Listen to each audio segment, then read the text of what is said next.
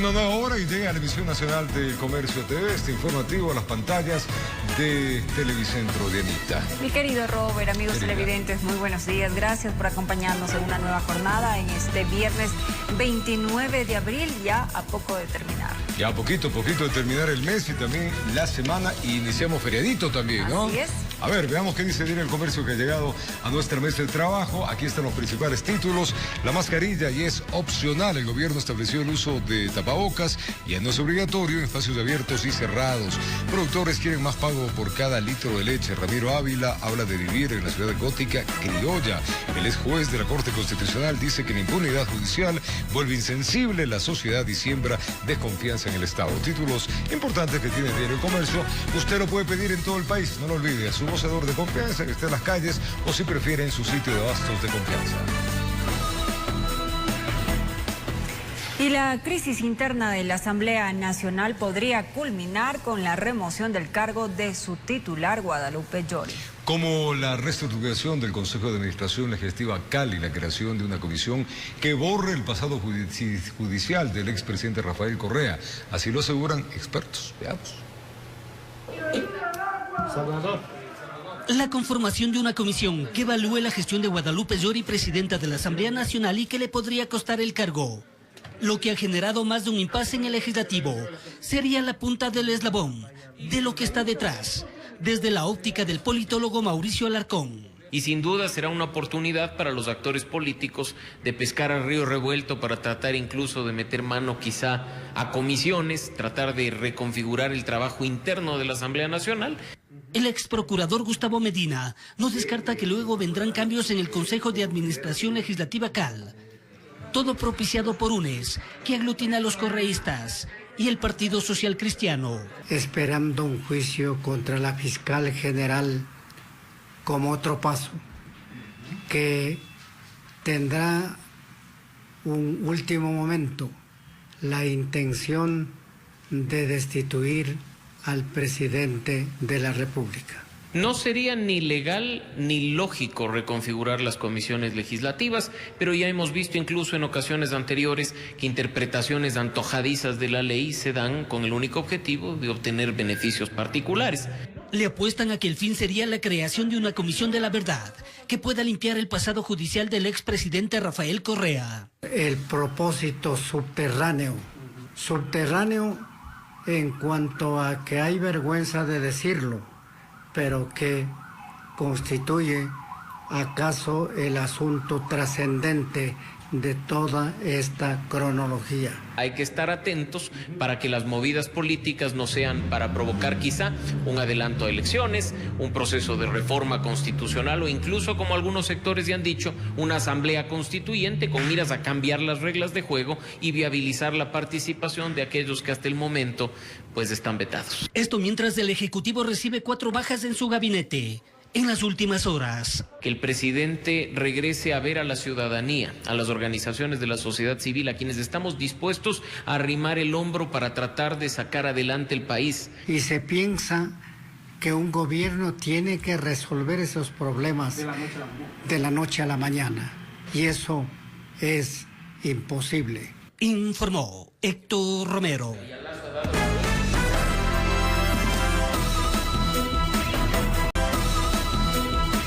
Seguimos informando, amigos televidentes. El presidente de la República junto al directorio del COE Nacional y sus miembros de gabinete anunció que el uso de mascarilla en el país ya no será obligatorio en espacios abiertos y cerrados.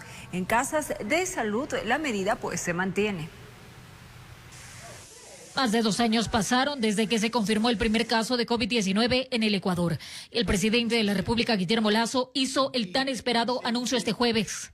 Desde hoy, en el Ecuador, dejará de ser obligatorio el uso de la mascarilla en espacios abiertos y cerrados en todo el territorio nacional. Y es que esta decisión se basa en los análisis de las curvas epidemiológicas que van en descenso luego de 2 feriados sin incremento de enfermos.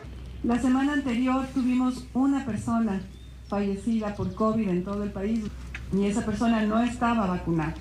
Tenemos 85 personas en todo el país hospitalizadas por COVID y apenas 28 que utilizan al momento pues una cama de cuidados intensivos causada por esta enfermedad.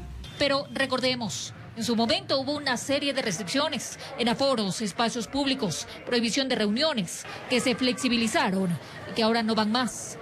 Señor presidente, quiero entregarle lo que es para nosotros una resolución histórica, que le vuelvo a insistir, deja sin efecto más de 200 medidas restrictivas. Al momento, el 87% de la población a partir de los 3 años está vacunada con 2 dosis, cerca de 5,5 millones con dosis de refuerzo, y avanza la 4ª dosis, proceso que continuará, por lo que se pide a la ciudadanía que se sigan inoculando.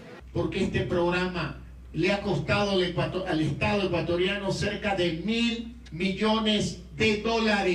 Cumplimos con el desafío de vacunar en 100 días a 9 millones de ecuatorianos con 2 dosis. Pero hay excepciones. El uso de la mascarilla en espacios cerrados continuará siendo obligatorio para el caso de centros de salud, hospitales y establecimientos de salud, tanto para el personal que trabaja en estos como para pacientes y visitantes. El uso de la mascarilla en espacios cerrados y abiertos será obligatorio para personas que presenten sintomatología respiratoria.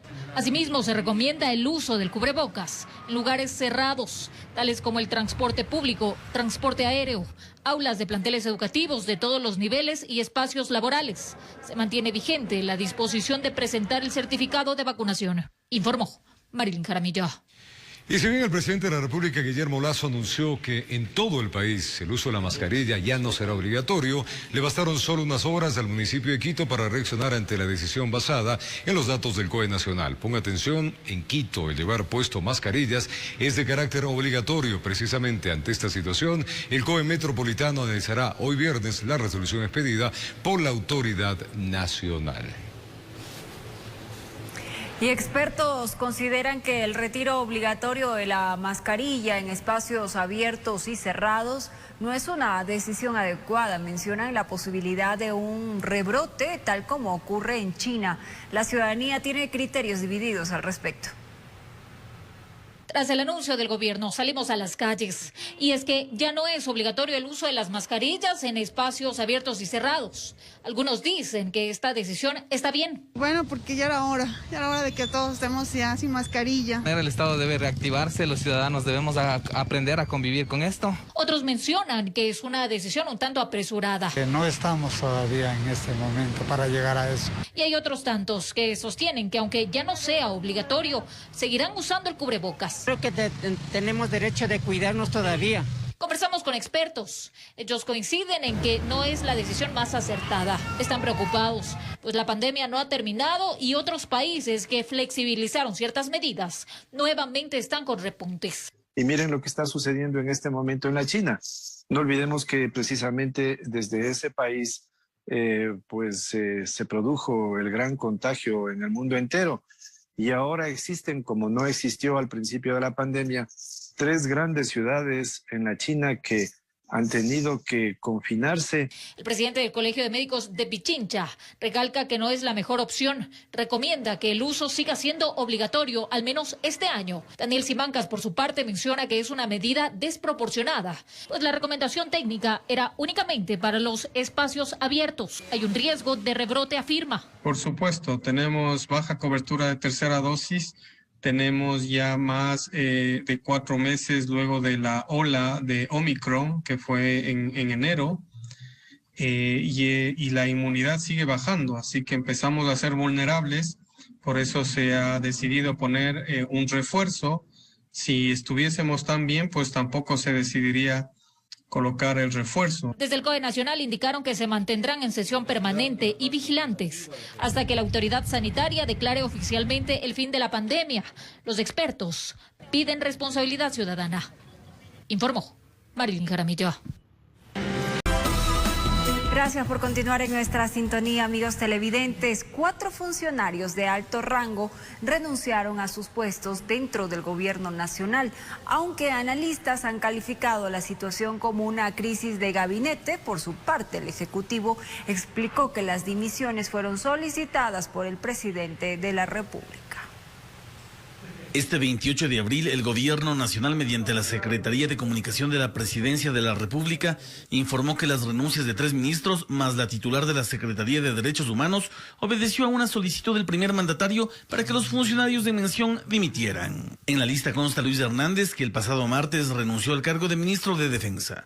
Un día después le siguió Juan Carlos Bermeo, titular de la cartera de Energía y Minas. En el orden correspondiente, quien hasta ese momento era la Secretaría de Derechos Humanos, Bernarda Ordóñez, también renunció de manera irrevocable a su puesto. Su carta la puso en Twitter. El último funcionario de alto rango en sumarse a la lista fue el ministro de Agricultura, Pedro Álava, quien este jueves dimitió de su puesto. Según el comunicado del gobierno, el pedido de renuncias obedece a una evaluación del gabinete para mejorar la ejecución del Plan de Creación de Oportunidades 2021-2025. En este mismo contexto, el presidente Lasso, tras aceptar las renuncias, designó a Javier Vera Grunauer como ministro de Energía y Minas, mientras que en la cartera de Defensa, Luis Lara estará al frente de la institución. Informó Javier Rosero.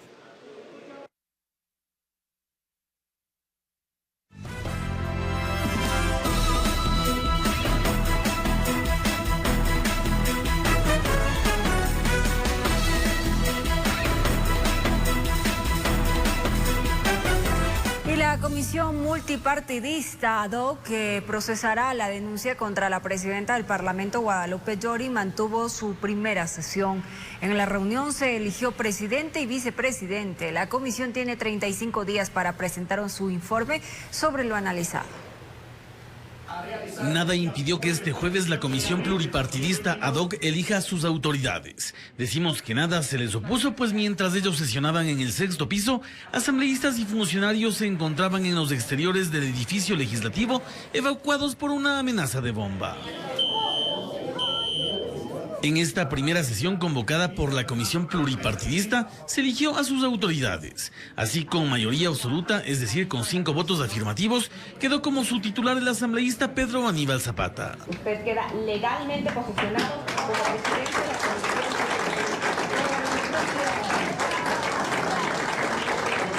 Posterior a esa elección, se emocionó a Pamela Aguirre para ocupar la vicepresidencia.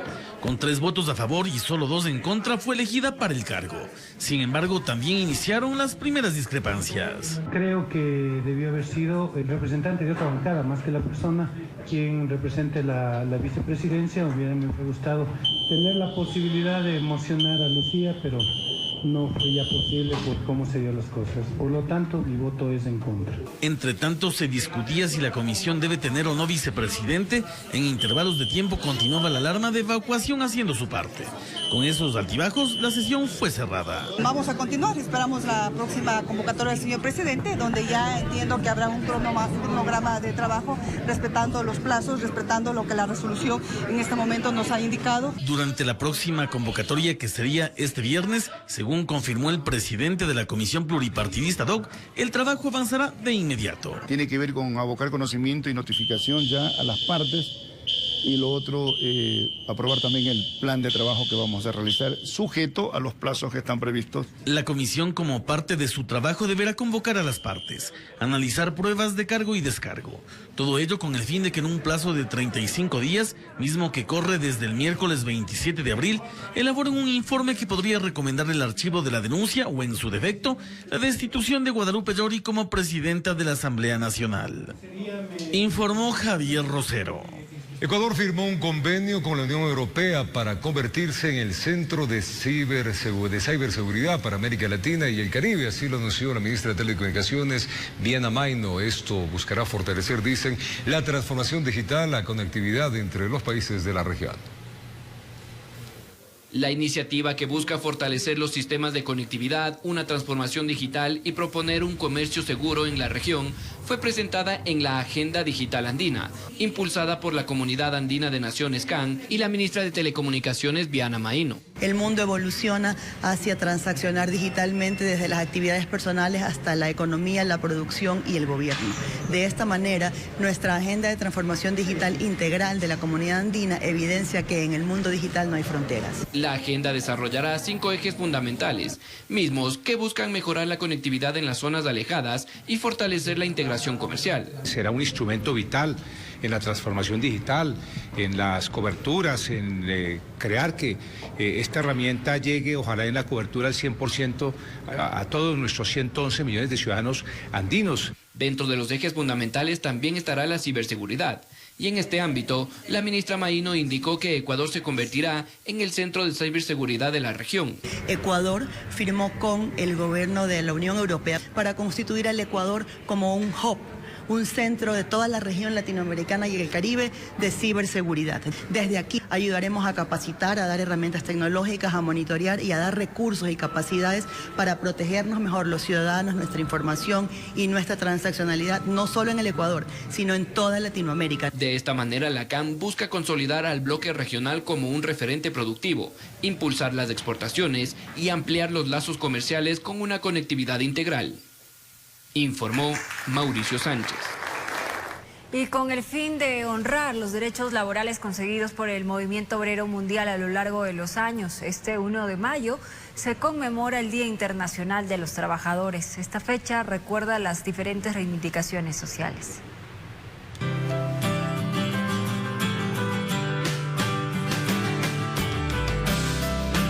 Cada 1 de mayo se reconoce la tarea que con esfuerzo y dedicación realizan hombres y mujeres a diario para construir las bases económicas de un país.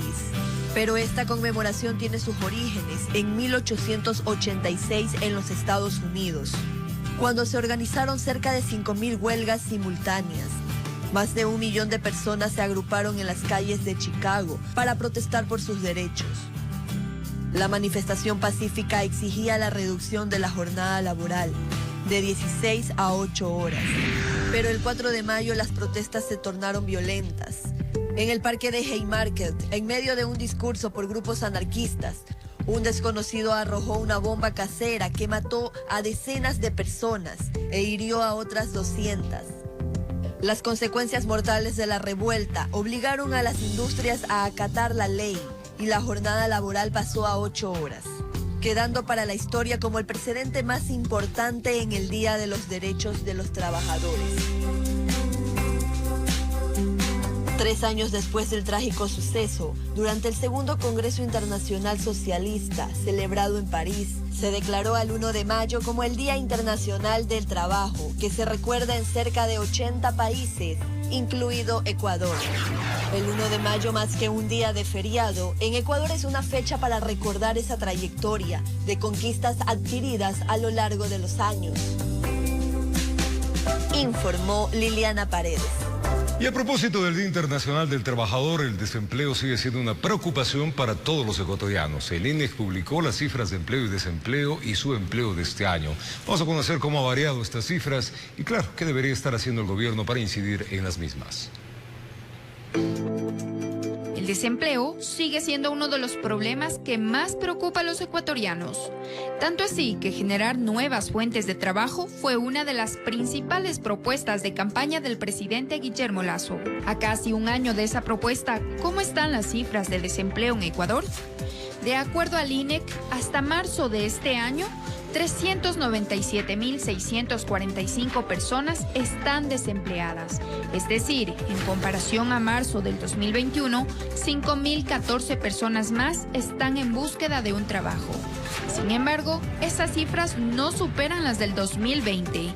De mayo a junio de ese año, el INEC reportó más de 1 millón de personas que no tenían un empleo, debido principalmente a la pandemia del COVID-19. Siendo el año 2020 totalmente atípico por lo que ocurrió. No obstante, en marzo del 2021 nosotros ya vemos que empieza a convalecer, empieza a haber una mayor cantidad de oportunidades de empleo en nuestro país. En cuanto a empleo, según el INEC, hasta marzo de este año, 2.721.202 personas cuentan con un empleo adecuado, 173.806 personas más en comparación a marzo del año anterior. Se ve que hay un crecimiento de este tipo de empleo, que es el empleo adecuado. Por lo tanto, es la gente que está formalmente contratada, que está afiliada al Seguro Social y que aporta realmente al crecimiento del aparato productivo.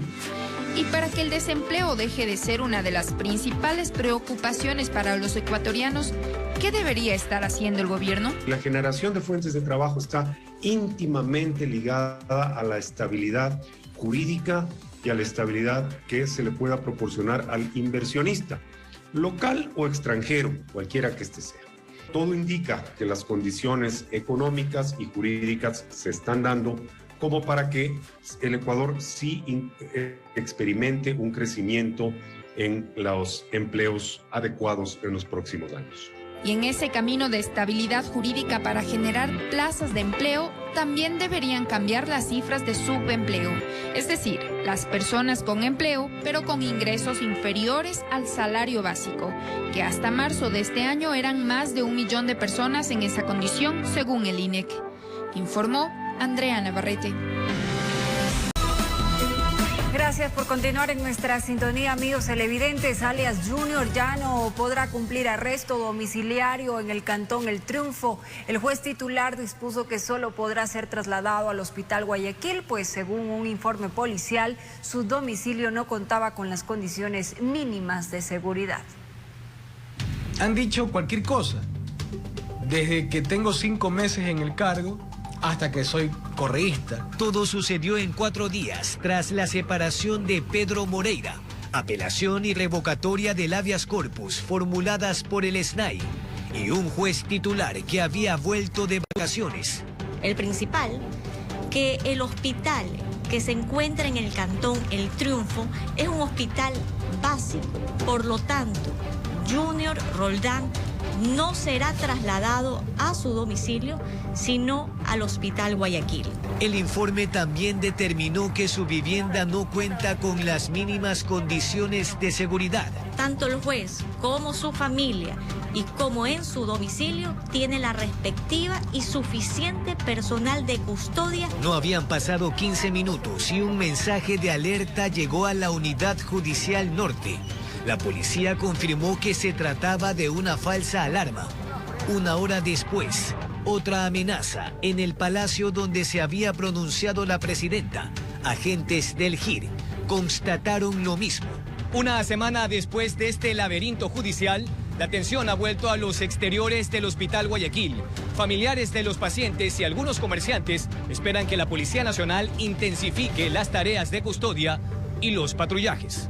Porque imagínese una balacera, no respeta ni niño, ni viejo, ni nada, en ninguna clase. ¿Entender que hay más patrulleros? No, solamente es hasta el mediodía nomás y ahí se coge y se retira. Estamos analizando para nosotros montar el dispositivo de seguridad acorde a las necesidades y a la amenaza que representa el PPL en ese sitio. Aún no tienen fecha y hora de la audiencia de apelación.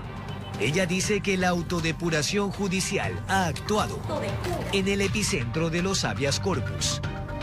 Con cámara de David Arandi, informó Jorge Escobar. Y amigos, se genera una nueva polémica por la inseguridad en la ciudad de Guayaquil, en esta ocasión entre el gobernador del Guayas, Pablo Arosemena, y la alcaldesa Cintia Viteri. Los funcionarios se refirieron a las competencias del gobierno nacional y local y también sobre aportes para combatir la delincuencia en la ciudad. Así que veamos sus declaraciones.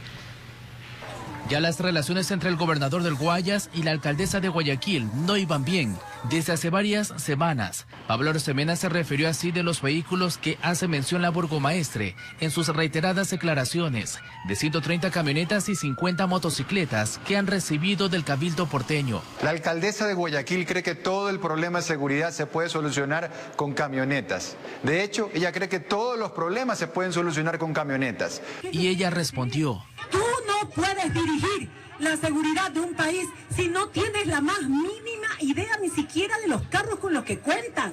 El municipio, además de los 180 vehículos dados, también pagamos la gasolina todos los días. El otro tema fue de las competencias tanto del gobierno nacional y del municipio de Guayaquil en cuanto a quién debe tomar el mando o unirse y participar de la lucha contra la delincuencia en la urbe porteña.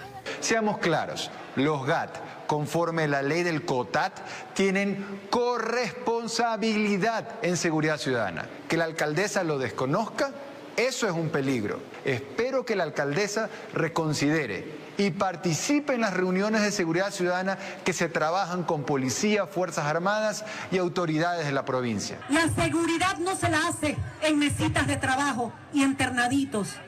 La seguridad se la hace despeinándose en la calle, organizando y poniendo recursos, trabajando y poniendo personal. Y no dejaron de lado de quien recorre o conoce la ciudad y sus problemas.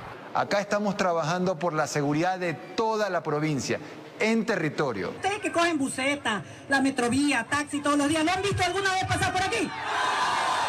Así las principales autoridades subieron estas discrepancias en videos publicados en redes sociales y otro grabado desde una tarima en el noroeste de la ciudad. Ese jueves la alcaldesa también se refirió sobre este asunto en un enlace radial y digital.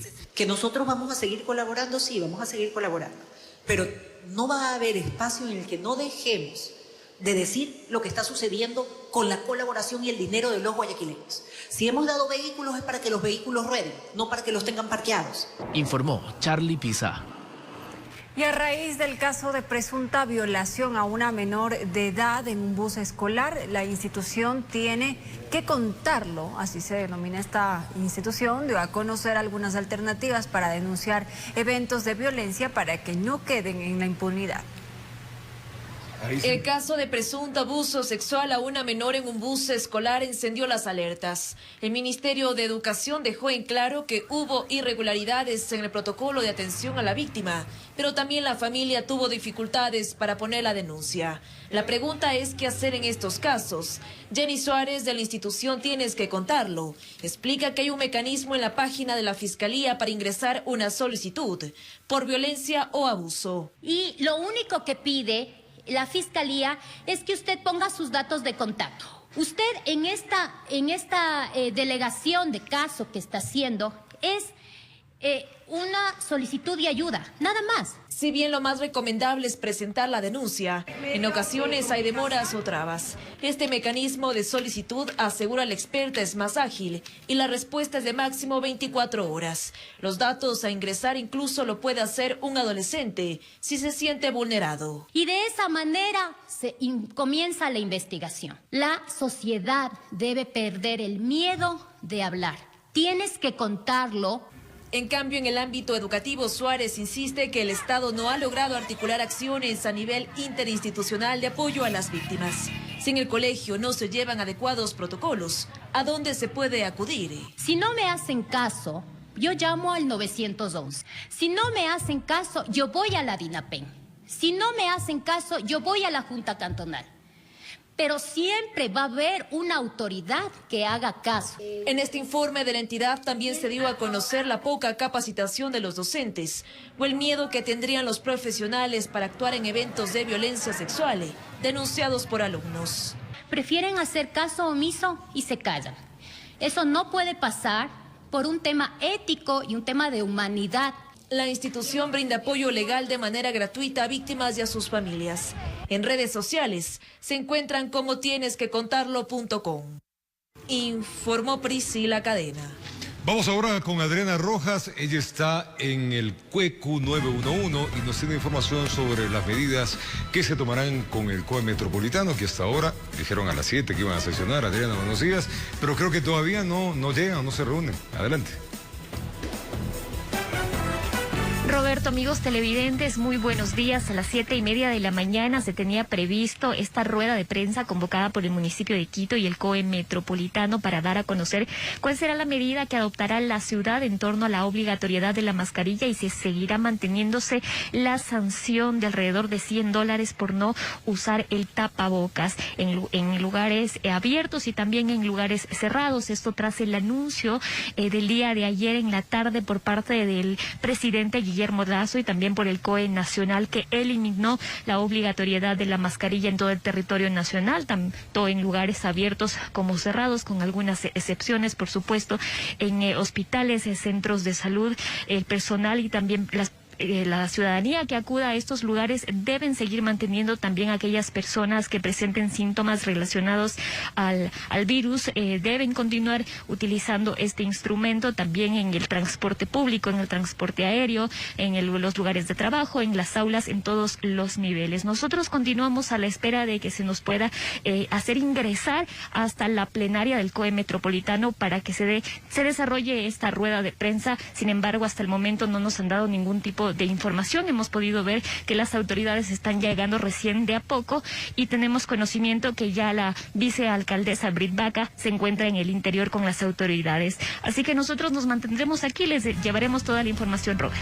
Mi estimada Adriana, gracias. Ya sabremos las resoluciones, ya sabremos qué dice el COE Metropolitano y evidentemente pues las resoluciones en contra que se tienen. El gobierno nacional indica una cosa y el municipio otra cosa. O sea, hay que ponerse de acuerdo porque la ciudadanía finalmente es la que sufre y saber cuáles son las máximas autoridades. En fin, vamos a una pausa. Ya venimos. Gracias amigos por acompañarnos en día viernes. Provecho a esta hora en el desayuno. Vamos a contarles que la Agencia de Regulación y Control y Vigilancia Sanitaria, la ARSA, dispuso la suspensión de la comercialización de todos los fármacos que contengan principio activo de la ranitidina. Esto debido a que un informe de la Agencia Europea de Medicamentos determina que tiene una impureza potencialmente que puede originar cáncer. Veamos. La disposición fue suspender y retirar del mercado todos los medicamentos que contengan el principio activo ranitidina. Esto debido a que un informe de la Agencia Europea de Medicamentos EMA determinaba que este componente tenía una impureza potencial carcinógena, es decir, podría generar cáncer en los pacientes que utilicen el fármaco. Desde el año 2019 se emitieron las primeras alertas sanitarias referentes a este caso. Sin embargo, los informes fueron preliminares y la evidencia técnica y científica ha ido avanzando conforme el tiempo. ¿Pero qué es la ranitidina y para qué es utilizada? El médico gastroenterólogo César Oviedo indica que fue un medicamento muy utilizado para controlar los problemas de la gastritis, de úlcera gástrica, entre otras afecciones estomacales. La ranitidina hace 40 años era el único medicamento que se contaba en la humanidad para controlar el problema de la gastritis, de la úlcera gástrica. Al momento, uno de los efectos más importantes que tiene la ranitidina se llama la taquifilaxia. Esto quiere decir que si usted toma una semana, probablemente le va a ir bien, pero a la siguiente semana el efecto va a ser menor al 50% y a la tercera va reduciéndose progresivamente. Añade que con el avance de la tecnología poco a poco fue dejándose de lado en los tratamientos gástricos, por lo que su prohibición comercial no afectaría a los pacientes que tienen estas dolencias. El producto que más se utiliza y que está ocurriéndole lo mismo que a la ranitidina es el omeprazol. Además de tener a disposición productos que son mucho más eficientes, más rápidos, más eficaces. En las farmacias de Quito y demás ciudades del país, los fármacos que contienen este principio ya no están siendo comercializados al público. Indican que estos serán devueltos a sus laboratorios hasta nueva orden. En este caso ya es un retiro definitivo porque es una orden ya del ARSA en sí. Entonces se procede, se notifica a los laboratorios, tengo tantas cajas en tanta cantidad, ellos lo hacen el registro y vienen a hacer los retiros. Según el ARSA, serán 61 tipos de medicamentos los que saldrán del mercado, de los cuales 27 son de fabricación nacional. Recomendamos a la ciudadanía suspender inmediatamente el consumo de estos medicamentos y a los profesionales de la salud asesorar a los pacientes referente a tratamientos alternativos. Informó Mauricio Sánchez. El registro civil, amigos, se encuentra en emergencia. La entidad explicó que el objetivo es agilizar los procesos de contratación de los insumos necesarios para atender la demanda. Ante ello, los usuarios se sienten, no puede ser de otra manera, molestos por las demoras en los famosos trámites. Pablo Vázquez agendó hace 2 meses un turno para poder sacar el pasaporte en Cuenca. En esta ciudad le indicaron que no podían ayudarlo, así que emprendió un viaje a Quito para obtener el documento. Con el miedo de que decían que no hay especies y todo, viajar 8 horas o pagar hotel, todo para poder obtener el documento, para poder hacer turismo. Rosa Paredes también viajó desde Tulcán a Quito. Está a la espera de obtener su cédula de identidad. El trámite fue largo, sacó turno hace 3 meses, pero denuncia demoras en la entrega. No dan una respuesta concreta y hacen perder mucho tiempo a los usuarios. Y es complicado a veces para las personas estar transportándose, al menos que vivimos muy lejos. Estas quejas de los usuarios son frecuentes. El registro civil decidió declarar la emergencia en la institución ante la escasez de materia prima. Las citas se están agendando dentro de 2 meses. Y dicen que recién tienen turnos para julio. Entonces el viaje es en junio y dicen que no están dando a menos que se presente certificaciones.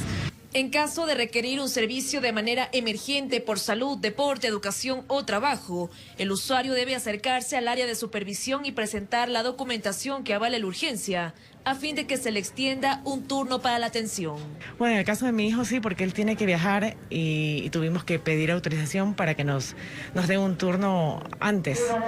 Pero yo también tengo que renovar cédula y a mí sí me tocó sacar turno para tercera semana de junio. Son más de 360.000 trámites represados hasta el mes de marzo de este año. Se mantiene la atención preferencial a grupos vulnerables. La extensión de la vigencia de las cédulas expiradas o por expirar es hasta el 30 de junio. Las autoridades se pronunciarán en los próximos días. Informó Priscila Cadena.